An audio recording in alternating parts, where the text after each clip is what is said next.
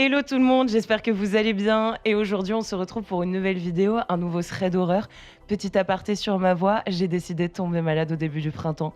Voilà, je me suis dit que pendant l'hiver c'était surcoté, le printemps c'est bien plus intéressant. En plus on peut peut-être croire que c'est une allergie, donc qui sait. Nouveau thread d'horreur, nouvelle thématique, si jamais vous l'avez deviné, surtout n'hésitez pas à me la mettre en commentaire. Également, si vous avez des témoignages à m'envoyer, je vous laisse les inscrire juste ici à l'adresse mail qui s'affiche whatsupwitches@gmail.com.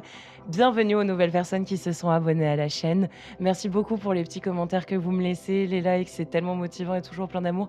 Vous me connaissez à chaque fois en introduction, moi je suis une bisounours. Tout ça pour mieux vous terrifier par la suite. Oui, parce que j'espère que vous avez bien dormi, parce qu'avec ce thread d'horreur là, ça sera plus le cas. C'est moi, votre pire cauchemar. Première histoire, une peur qui est concrète, tout à fait réaliste, qui va nous terrifier. Et la seconde, du paranormal, parce que c'est mon petit péché mignon, parce que j'adore ça, finalement. Donc voilà, je vous laisse de suite avec la suite de la vidéo. Et surtout, n'oubliez pas de vous abonner. J'ai l'impression que je drague les gens en faisant mes clins d'œil, mais je le fais pas exprès, c'est purement un réflexe. Or is it?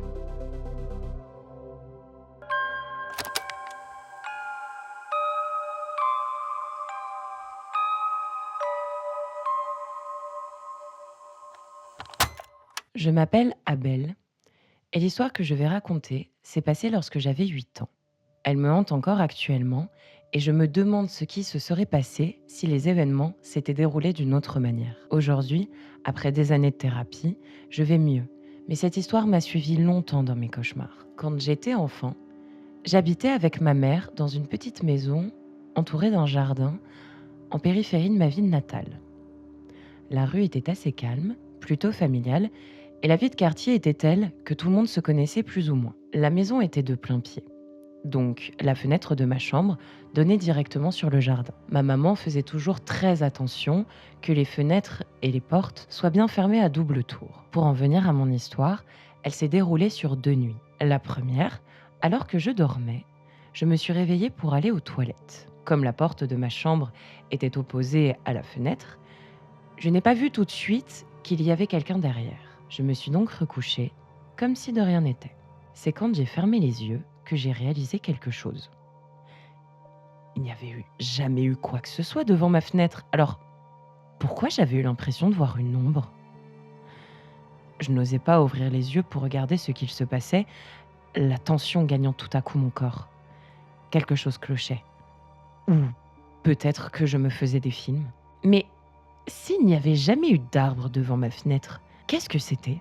Pour en avoir le cœur net, je me suis retournée et j'ai très discrètement ouvert l'œil.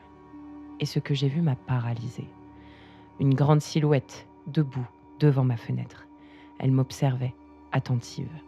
J'étais de l'autre côté de cette vitre si fine, vulnérable, faisant semblant de dormir. La silhouette ne bougeait pas d'un pouce. Au bout d'un certain temps à rester immobile, la personne a posé sa main sur la vitre, tout doucement, sans faire de bruit. Et ce geste m'a terrifiée. J'avais l'impression que, quoi qu'il nous séparait, rien ne serait jamais assez solide pour empêcher cette personne de m'atteindre. Mais j'ai alors eu une idée.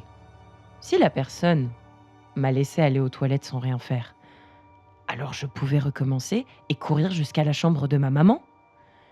J'ai donc continué à faire semblant de dormir. Je me suis retournée et au bout d'un temps qui m'a paru être une éternité, j'ai fait mine de me réveiller. Je me suis doucement redressée et fait mine d'aller aux toilettes. Je suis lentement sortie de ma chambre, comme si le sommeil engourdissait encore mes membres. Une fois sortie de ma chambre, j'ai couru voir ma maman pour la réveiller. En voyant ma panique, elle a de suite pris mon récit au sérieux. Elle a allumé toutes les lumières de la maison et quand nous sommes retournés dans ma chambre, il n'y avait plus personne derrière la vitre. Cette nuit-là, j'ai dormi avec elle. Le lendemain, quand nous avons fait le tour de la maison, l'herbe était écrasée, là où la silhouette devait se tenir. Quelque part, cela m'a soulagée, parce que ma maman m'a bel et bien cru et a mis des choses en place pour me rassurer. D'abord, elle a remplacé le vieux verrou de ma fenêtre. Ensuite, elle a installé des lumières dans le jardin et pour finir, des caméras de surveillance tout autour de la maison. Elle vérifiait tous les soirs si tout était bien fermé à double tour. Pendant 1 mois, j'ai dormi avec elle. Finalement, je suis retournée dans ma chambre avec une veilleuse pour me rassurer. Nous laissions nos portes ouvertes et cela me rassurait de savoir que, quoi qu'il pouvait arriver, elle n'était jamais très loin et à portée de voix. Les nuits se sont enchaînées et même si une petite crainte restait dans moi, rien ne s'est produit jusqu'à la seconde nuit. Cela faisait déjà quelque temps que je dormais à nouveau dans ma chambre. Et cette nuit-là, ce n'est pas une ombre qui m'a réveillée, mais un bruit. J'ai ouvert les yeux d'un coup et cette tension si familière et si intense à la fois m'a reprise. Sans bouger, dos à la fenêtre, je me suis concentrée sur ce bruit, le cœur battant. Comme la première nuit, je m'étais clairement mis en mode survie. J'ai d'abord entendu un chuchotement, mais indistinct. C'était si discret que j'ai presque cru qu'il s'agissait d'un bruit d'aération que mon cerveau interprétait comme une voix humaine. Malheureusement, le petit rire que j'ai entendu ensuite a confirmé mes craintes. La personne était toute proche. Le murmure a gagné en clarté et j'ai été surpris d'entendre mon prénom. Cette personne me connaissait. Je suis restée figée dans mon lit, incapable de bouger ni même de respirer. J'ai fermé les yeux, priant pour que ce soit mon imagination, mais ma panique, bel et bien réelle, me rappelait que dehors, quelqu'un s'amusait à murmurer « Abel, je sais que tu es là, réveille-toi ». J'ai décidé de faire comme la première nuit. J'avais l'impression d'être en pilote automatique. Me redresser doucement, sortir lentement de ma chambre, faire comme si j'étais endormie. Quand je suis allée voir ma maman, elle a immédiatement appelé la police. Celle-ci est arrivée plutôt vite. Non seulement le commissariat se situait à un pâté de maison, mais en plus, le quartier était très calme. En vérifiant les caméras, nous nous sommes rendus compte qu'il s'agissait du fils de nos voisins d'en face, Camille. La police est allée leur rendre visite le lendemain matin pour tirer cette histoire au clair. Nous avons alors appris que Camille avait des agissements plutôt étranges depuis quelque temps. Jusqu'ici, ça n'avait jamais inquiété ses parents. Ils pensaient juste que leur fils entrait dans l'adolescence. À la suite de ces événements, Camille a été médicalement suivie et traitée. De notre côté, je n'arrivais plus à me sentir en sécurité dans cette maison, tant et si bien que nous avons fini par déménager. Aujourd'hui, je reste marquée par toute cette histoire. Mais je suis content que les choses se soient terminées de cette manière. Qui sait ce qui aurait pu m'arriver ? Qui sait ce qui aurait pu arriver, c'est le mot, ouais. Camille, qui vous observe dormir la nuit. Camille qui pose doucement la main sur la vitre. Camille qui fait « Youhou, je suis là !» Dis donc, Camille, elle est marrante ton adolescence. Qui sait ce que ça donnera pour la suite, ça c'est certain. Ouah, c'était chelou tout ça. Vous imaginez le sentiment? Vous êtes tranquillement dans votre lit, hop là, un petit peu endormi, vous voulez un peu aller aux toilettes, mais vous gardez les yeux mi-clos pour conserver le sommeil. On connaît tous et toutes cette technique. Et d'un coup, vous êtes en mode « il y a quelqu'un là devant ma fenêtre !» Oui, et cette personne, c'est Camille. Dis-lui bonjour. Salut Camille. Il est 3h du matin. Qu'est-ce que tu fais devant ma fenêtre? J'ai 8 ans, Camille. Calme-toi. La terreur, mais surtout pour un enfant de 8 ans. Oh, ah, cette histoire, je vous avoue, elle m'a pas mis bien. Je sais pas comment je réagirais à sa place, mais ça ne m'a pas mis bien du tout. Le sang-froid d'Abel. Le sang-froid d'Abel. Eh bien écoutez, cette première histoire nous a bien mis en jambes. Sans plus attendre, je vous laisse avec la seconde.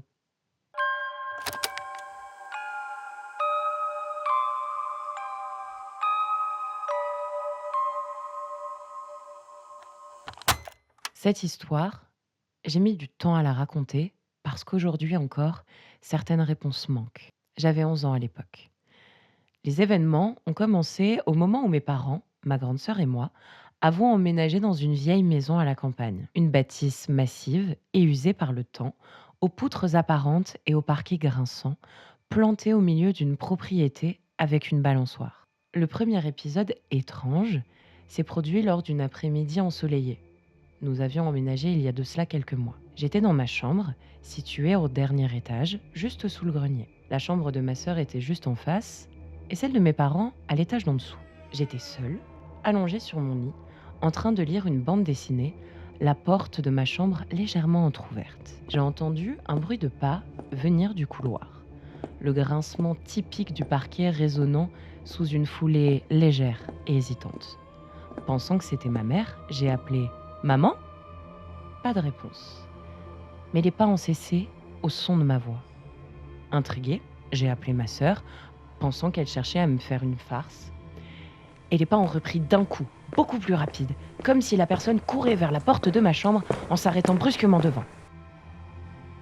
Je ne m'attendais tellement pas à ça que par réflexe, je me suis cachée sous la couette. Un silence de mort s'est fait entendre pendant quelques secondes qui m'ont paru une éternité. J'ai commencé à entendre le bruit de ma porte s'ouvrir tout doucement, son grincement gagnant en intensité, envahissant tout mon espace. C'était insupportable, comme ce moment semblait s'étirer dans le temps. J'ai passé la tête hors de la couette et rien. Je n'ai vu personne. J'ai passé la tête dans le couloir, mais il était vide. Immédiatement, je suis allée raconter l'incident à mes parents, mais à mon grand désespoir, ils ont mis ça sur le compte de mon imagination. Pourtant, ce n'était que le début.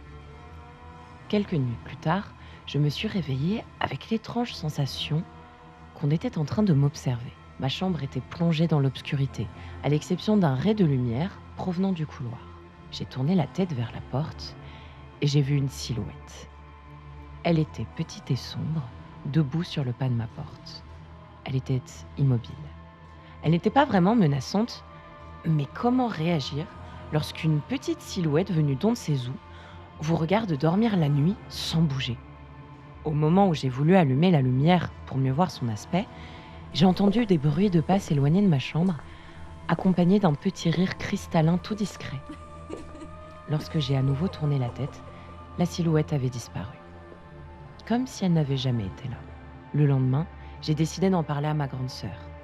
Elle a blêmi en m'écoutant et elle m'a avoué avoir entendu également un petit rire d'enfant dans sa chambre en pleine nuit. Lorsqu'elle avait allumé la lumière, elle n'avait rien vu de bizarre, excepté son attrape-rêve qui n'arrêtait pas de tourner dans les airs, alors qu'il n'y avait aucune raison à cela. Cela faisait du bien de savoir que je n'étais pas le seul à vivre des choses bizarres et que quelqu'un me croyait. Les jours ont passé et les phénomènes se sont intensifiés. Des objets changeaient de place tout seuls, la balançoire dans le jardin se mettait à bouger sans raison, et parfois on entendait des bruits de pas venus de sous les combles. Un après-midi, alors que je sortais de ma chambre, j'ai été surpris de voir l'échelle menant au grenier dépliée. Nos parents la remontaient toujours et nous avions interdiction de monter là-haut car le sol était fragile à certains endroits. Curieux, j'ai monté les barreaux en me disant que je passerais juste la tête pour voir à quoi ressemblait la pièce. Une fois arrivé en haut, j'ai lentement balayé l'endroit du regard, ma lampe de téléphone à la main.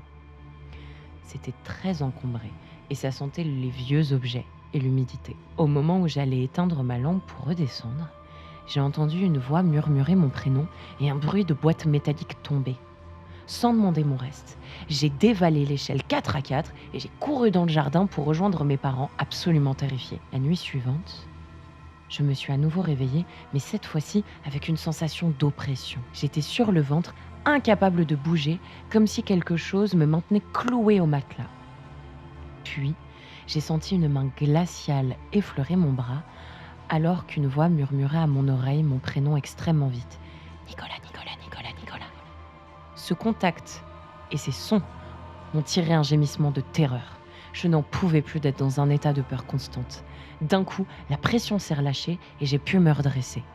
En reprenant mon souffle, j'ai entendu un petit rire enfantin, accompagné de bruits de pas s'éloigner du couloir. Ma chambre, elle, était vide. Quelques mois plus tard, à force d'entendre mes récits et ceux de ma sœur, nos parents ont fini par comprendre que quelque chose clochait. Ma mère disait ressentir des frissons étranges en montant à l'étage. Et mon père, pourtant rationnel, a avoué avoir vu une ombre passer dans le couloir alors qu'il était seul à la maison. Nous avons déménagé peu après. Je ne sais pas ce qu'il y avait là-dedans, ni ce qu'il s'y est passé, mais je suis ravie que tout se soit arrêté au moment où nous avons quitté les lieux. Je ne veux plus jamais vivre avec ce sentiment de peur constante. My God!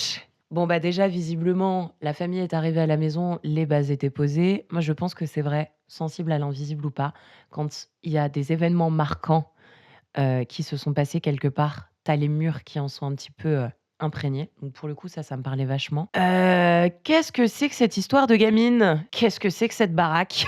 T'imagines la visite immobilière Alors, juste ici, vous avez la salle de bain, juste ici, vous avez les chambres et ah regardez! Et bah, là, du coup, il y a une des personnes qui y habite, voilà, vous allez partager les lieux, avec cette enfant absolument délicieuse. Elle vous grimpe dessus la nuit, elle se tape des barres de rire dans votre dos, elle se met à courir. Bon, clairement, son but, c'est de se marrer. Tu tu dors, tu te réveilles, il y a quelqu'un qui murmure ton nom super vite à ton oreille. Oh! Vision d'enfer, vision cauchemardesque. Heureusement que la grande sœur, elle était là. Franchement, je comprends ce truc de cette galère, elle est partagée à 2, donc c'est un petit peu moins la galère. Bon, bref, j'espère que cette histoire vous aura plu et je vous laisse avec la conclusion.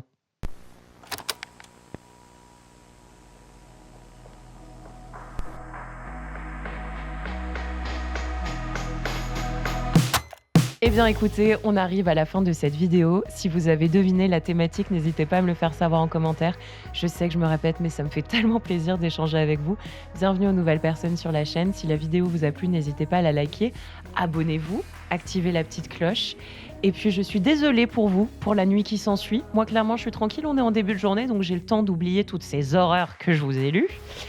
Et puis, si vous avez des envies de thématiques, faites-le moi savoir en commentaire. Des témoignages, whatsupwitches@gmail.com. Et puis, je vous souhaite une bonne soirée, une bonne journée, une bonne semaine ou un bon week-end. Et sur ce, c'est une fin de tournage.